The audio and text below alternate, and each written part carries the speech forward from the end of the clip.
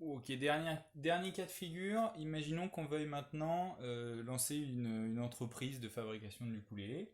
Donc on y va en mode industriel, hein. J'ai 8200 caisses à ma disposition, 20 000 cordes et 15 000 fleurs. J'ai envie d'y aller en mode bourrin. Donc ici, on peut se poser la question, qui est le réactif limitant? Donc on pourrait faire tout à fait possible, mais long et fastidieux. Bah, je le fais une fois, donc ça me fait 8199 caisses, moins 4 cordes, 19 996 cordes, moins 2 fleurs, 14 998 fleurs qui me restent, etc. Ça me fait un ukulélé et je fais ça jusqu'à ce qu'il y en ait un qui soit à zéro. Ça va être long et pas du tout marrant.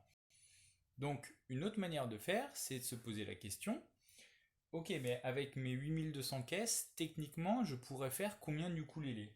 Bah, il me faut une caisse par ukulélé, donc avec 8200 caisses, je pourrais techniquement faire 8200 ukulélés. Donc 8200.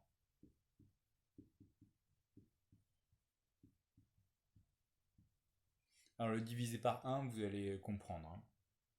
Donc même question avec les cordes, si j'ai mes 20 000 cordes là en stock, bah, techniquement ça va me servir à faire combien de ukulélés potentiels? Il me faut 4 cordes par ukulélé, donc avec mes 20 000 cordes, bah, je pourrais faire 20 000 divisé par 4,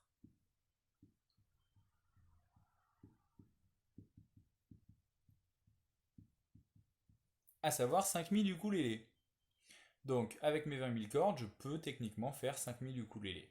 Même chose avec les fleurs, j'ai 15 000 fleurs, chaque ukulélé nécessite 2 fleurs, donc bah, 15 000 divisé par 2,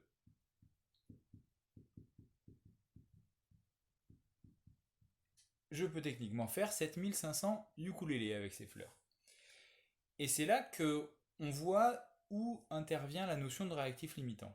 Parce que c'est bien beau avec mes 8200 caisses, je peux faire 8200 ukulélés.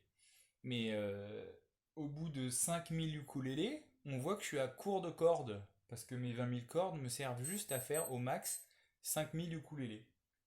Donc, pareil pour les fleurs, avec mes 15 000 fleurs, je peux faire au max 7500 ukulélés.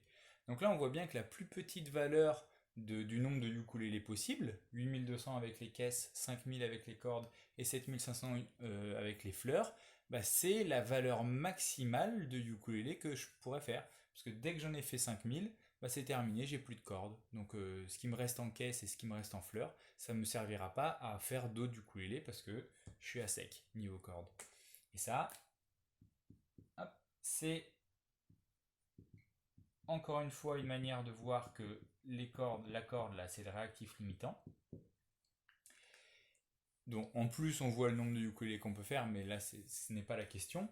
Et c'est bien comme ça qu'on fait en chimie pour déterminer le réactif limitant. On regarde combien on en a au début, divisé par combien il nous en faut à chaque fois. Donc ici j'en ai 20 000 au début et je divise par combien il m'en faut à chaque fois. Ce combien il m'en faut à chaque fois, c'est le coefficient stoichiométrique. C'est bien ce qu'on a devant corde dans la réaction chimique. Dans l'équation, pardon, dans l'équation de la réaction chimique. Donc j'ai fait ça avec tout, hein.